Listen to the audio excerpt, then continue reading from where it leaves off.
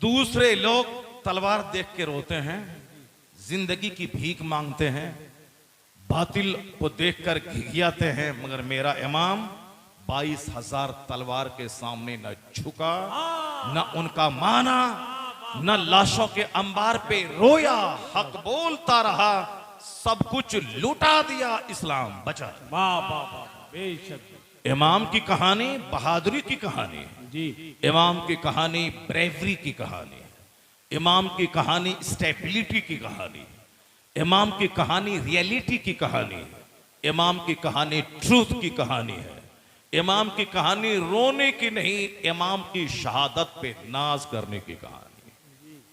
अब बताइए कि कैसी कहानी है और लोगों ने कैसा बना दिया। लोगों ने उसको हाय, मातम, मरसिया, साहब रोने धोने, चूड़ी तोड़ने, काला कपड़ा पहनने, यही इस्लाम सिखाता है। अब जरा मैं एक बात बोलता हूं, फिर उसके बाद तमहीद के तौर पर दो चार बातें मैं करूंगा आपसे, फिर तकरीर पे मैं आऊंगा। अब वो तकरीर चाहे 1 घंटे की हो, 2 घंटे की, जितनी हो, लेकिन पहले इसी पॉइंट को आपको मैं समझा देता हूं, उसके बाद फिर मैं तमहीद पे आऊंगा। ये दीनी मजलिस जन्नती महफिल है। बुखारी और मुस्लिम की हदीस में आया है कि जहां अल्लाह का जिक्र होता है, उस महफिल को चारों तरफ से फरिश्ते घेर लेते हैं।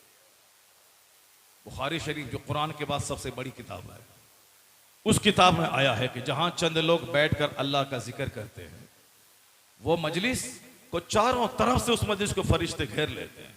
एक लंबी हदीस है, आखिरी का जुमला उसका है कि अल्लाह ताला फरिश्ते से कहता है कि फरिश्तों फशहदू, गवाह रहो कि जो लोग मेरी याद, मेरे जिक्र के लिए आए थे, मैंने सबको बख्श दिया।